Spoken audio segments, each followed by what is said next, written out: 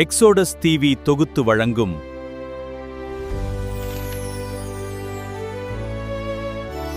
அருளுரை துளிகள். அன்பான சகோதர சகோதரிகளே, இயேசு கிறிஸ்துவின் இனிய நாமத்தில் எக்ஸோடஸ் டிவியின் அருளுரை துளிகள் நிகழ்ச்சிக்கு உங்களை அன்புடன் வரவேற்கிறோம். இந்த நிகழ்ச்சி உங்களுக்கு ஆசீர்வாதமாக இருந்தால் எங்கள் சேனலை சப்ஸ்கிரைப் செய்து லைக் மற்றும் ஷேர் செய்து மற்றவர்களும் தேவனுடைய வார்த்தையால் ஆசீர்வாதம் பெற உதவுங்கள். தேவனுக்கே மகிமை உண்டாகட்டும். ஆண்டவராய் இயேசு கிறிஸ்துவின் நாமத்தினால் உங்கள் யாவருக்கும் என் அன்பின் வாழ்த்துக்கள். எக்ஸோடஸ் டிவியின் அருளுரை துளிகள் என்ற நிகழ்ச்சியின் வாயிலாக இந்த காலை வேளையில் தேவனுடைய வார்த்தையோடு உங்களை சந்திப்பதிலும் நான் மிகுந்த மகிழ்ச்சி அடைகின்றேன்.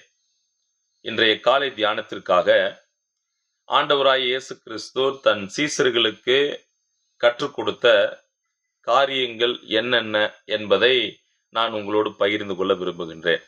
அதற்கு ஆதாரமாக யோவான் எழுதின சுவிசேஷம் 13வது அதிகாரம் 35வது வசனத்தை நான் வாசிக்க விரும்புகின்றேன். 34யும் சேர்த்து யோவான் 13, 34, 35. நீங்கள் ஒருவரில் ஒருவர் அன்பாயிருங்கள், நான் உங்களில் அன்பாயிருந்தது போல நீங்களும் ஒருவரில் ஒருவர் அன்பாயிருங்கள் என்கிற புதிதான கட்டளையை உங்களுக்கு கொடுக்கிறேன்.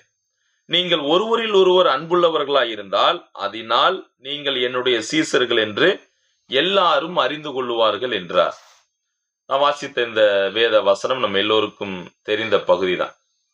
இங்கே ஆண்டவராகிய இயேசு கிறிஸ்து தன் சீசர்களுக்கு கற்றுக் கொடுக்க விரும்பிய பல காரியங்களில் இதுவும் ஒன்று. சரி, இயேசு கிறிஸ்து தன் சீசர்களுக்கு என்ன கற்றுக் கொடுக்க விரும்பினார் என்பதை நாம் புரிந்து கொள்வதற்கு முன்பதாக சீசர்களை குறித்ததான சில முன்னுரைகளை நாம் பார்க்கலாம். வேதத்தில் சீசன் என்றால் யார், சீசன் என்பவன் யார், அவருடைய வேலைகள் என்ன, ஏன் இயேசு கிறிஸ்து சீசர்களை தெரிந்து கொண்டார், என்ன நோக்கத்திற்காக அவர்கள் கொடுக்கப்பட்ட பணி வேலை என்ன என்பதை நாம் பல இடங்களில் நாம் வாசிக்க முடியும். சரி, சீசன் என்று சொன்னால் கற்றுக்கொள்ளுபவன் என்று பொருள். அது மட்டுமல்ல, அவரை இயேசு கிறிஸ்துவை பின்பற்றக்கூடியவர் என்று பொருள்படும். அதோடு கூட அவர் ஒரு மாணவர் என்று பொருள்படும். So the word disciple means a learner, follower, student. ஒரு உண்மையான இயேசு கிறிஸ்துவுடைய சீசன் என்பவர் அவரிடம் கற்றுக்கொள்ளக்கூடியவராக, அவரை பின்பற்றக்கூடியவராக, அவர் மாணவராக அவர் இருப்பார்.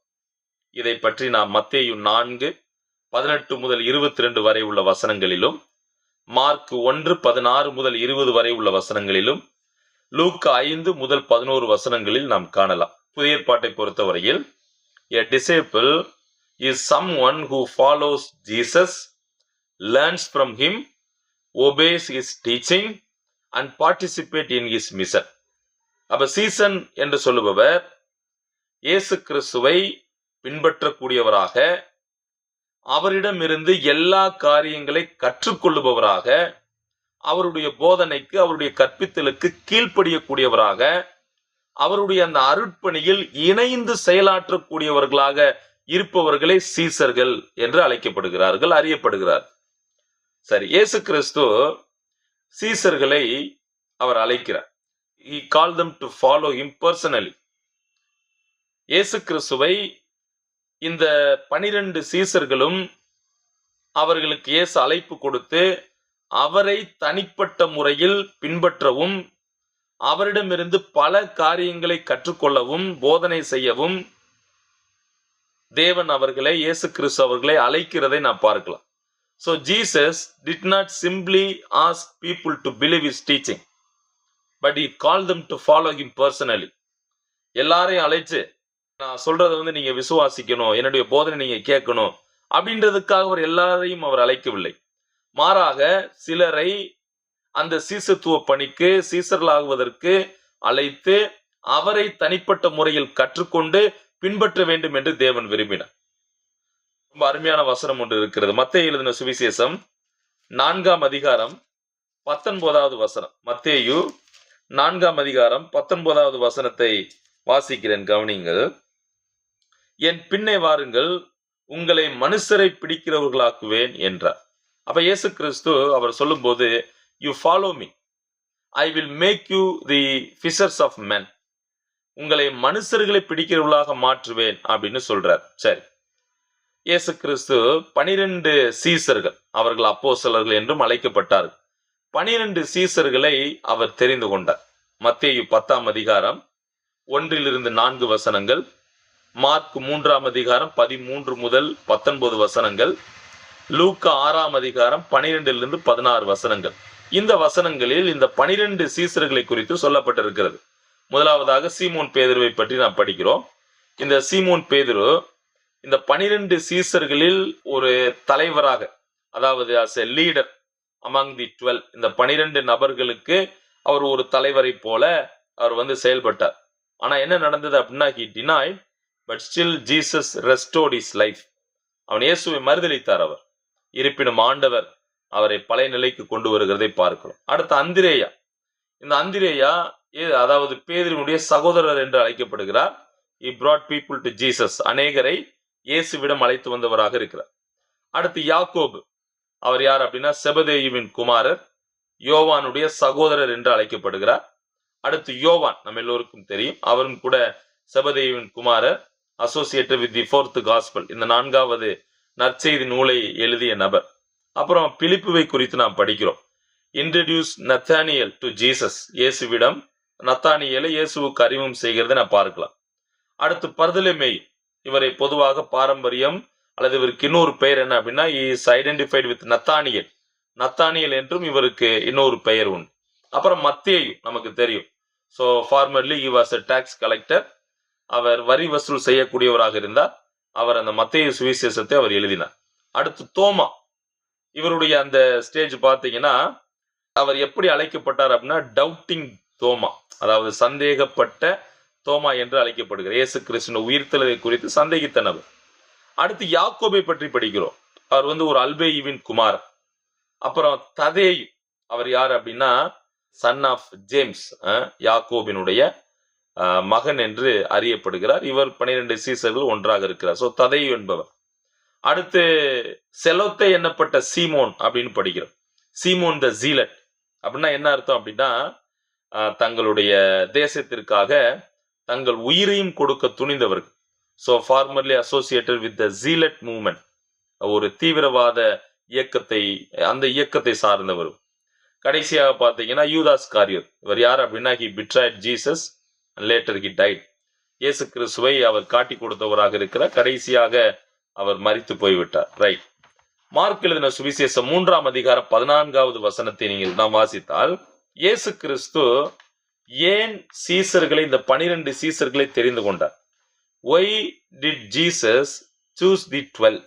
ஏன் 12 நபர்களை தெரிந்து கொண்டார் என்று கேட்டால், மார்க் 3:14 சொல்லுகிறது, டு பி வித் ஹிம், அவரோடு கூட இருப்பதற்கு அவர்களை தெரிந்து கொள்ளுகிறார். அது மட்டுமல்ல, டு பிரீச், அவர்கள் பிரசங்கிப்பதற்காக தெரிந்து கொண்டார்.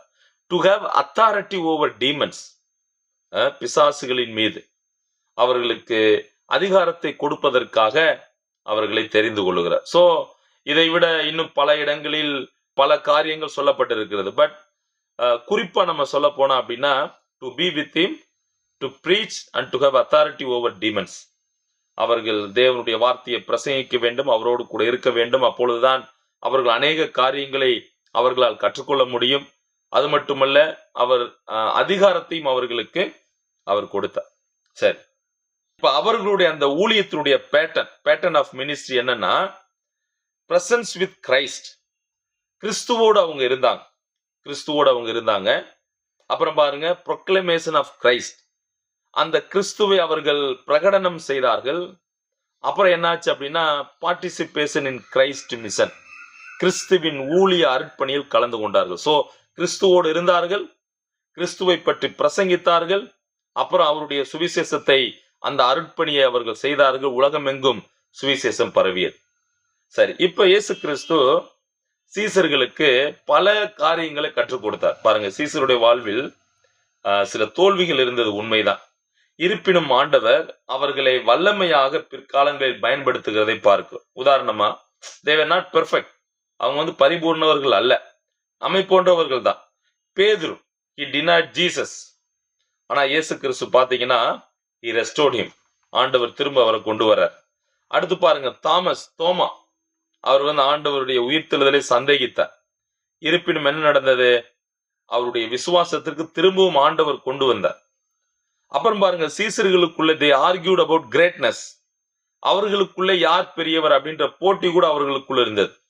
ஆனா Jesus responded by teaching them servant leadership. ஒருவர் பெரியவராக இருக்க விரும்பினால் அவர் தாழ்மையாக இருக்க வேண்டும் என்று போதிக்கிறது.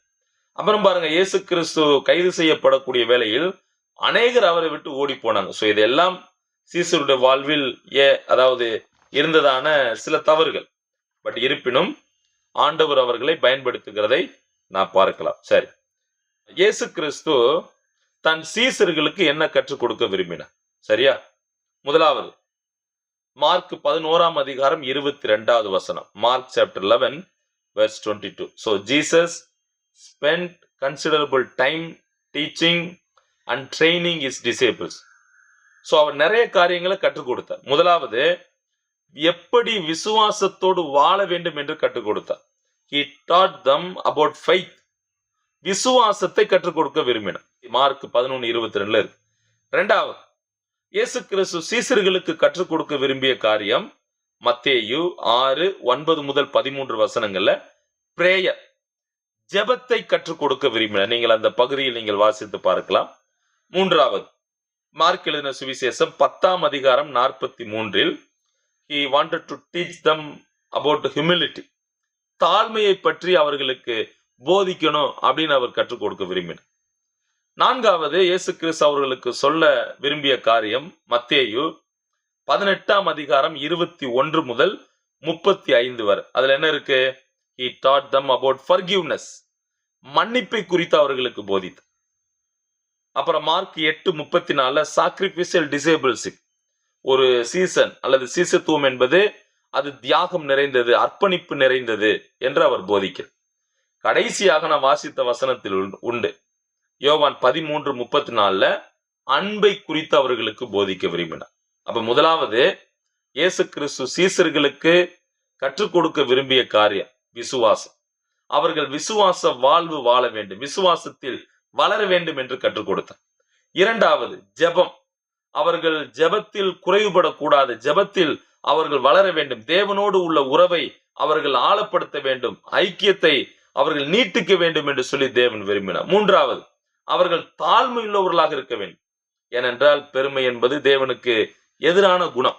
சோ தேவன் பெருமை உள்ளவர்களுக்கு எதிர்த்து நிற்கிறார், தாழ்மை உள்ளவர்களுக்கோ கிருபை அளிக்கிறார். சோ அப்ப தாழ்மையை கற்றுக் கொடுத்தார். நான்காவது, மன்னிப்பு. இது மிக முக்கியமானது. சோ மன்னிப்பை கற்றுக் கொடுக்கிறார். ஐந்தாவது, டெடிகேஷன், அர்ப்பணம் அல்லது சாக்ரிஃபிஷியல் லீடர் டிசைபிள்ஷிப். ஒரு பலியாக கூடிய அல்லது அர்ப்பணம் செய்யக்கூடிய ஒரு சீசத்துவத்தை கற்றுக் கொடுத்தார். கடைசியாக, ஒருவரில் ஒருவர் அவர்கள் அன்பு கூற வேண்டும் என்று அவர் கற்றுக் கொடுத்தார். சரி, இந்த நிறைவு செய்யக்கூடிய வேளையில் நீங்களும் நானும் இயேசு கிறிஸ்துவால் நாம் சீசர்கள் என்று அழைக்கப்படுகிறோம், அறியப்படுகின்றோம். இயேசுவின் சீசர்களாக நீங்களும் நானும் இருக்கிறோம். முன்பே நான் சொன்னது போல சீசன் என்று சொன்னால் அதற்கான அர்த்தம் என்ன? A disciple is someone who follows Jesus, learns from him and obeys his teaching and participate in his mission. அப்படி என்றால் என்ன? இயேசு கிறிஸ்துவை பின்பற்றக்கூடியவராக, அவரிடமிருந்து கற்றுக்கொள்ளக்கூடியவராக, அவருடைய போதனைக்கும் அவருடைய அந்த கற்பித்தலுக்கும் கீழ்ப்படியக்கூடியவர்களாக, அவருடைய அருட்பணியில் பங்கு பெறக்கூடியவர்களாக அல்லது சுவிசேஷத்தை சொல்லக்கூடியவர்களாக இருப்பவர்களே சீசர். இன்றைக்கு நீங்களும் நானும் அந்த பொறுப்பை நாம் பெற்றிருக்கிறோம். நாம் இயேசு கிறிஸ்துவுடைய சீசர்களாக இருக்கிறோம். இப்ப நீங்களும் நானும் சீசர்களாக இருக்கிறோம் என்று சொன்னால் இயேசு கிறிஸ்து இவர்களுக்கு கற்றுக் கொடுத்த அதே சத்தியங்களின்படி நீங்களும் நானும் வாழ வேண்டும் என்றுதான் அவர் விரும்புகிறார். அப்ப சீசர்கள் என்ற முறையில் நாம் எப்படி வாழ வேண்டும்? விசுவாசத்தோடு வாழ வேண்டும். We have to live by faith.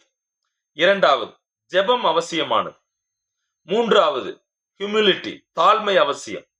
நான்காவது, ஒருவரை ஒருவர் மன்னித்தல் அவசியம், forgiveness. ஐந்தாவது, அர்ப்பணம் தேவை, சாக்ரிஃபிஷியல் டிசைபிள்ஷிப் வேணும். கடைசியாக, அன்பு செய்ய வேண்டும், ஒருவரில் ஒருவர் அன்பு செய்ய வேண்டும். ஸோ ஆண்டவர் நமக்கு உதவி செய்யட்டும். அப்ப இயேசு கிறிஸ்துவே அந்த மாடல் நமக்கு கற்றுக் கொடுத்திருக்கு. அவர்கள் தேவனால் அழைக்கப்பட்டார்கள். They were called by Christ and they followed Christ.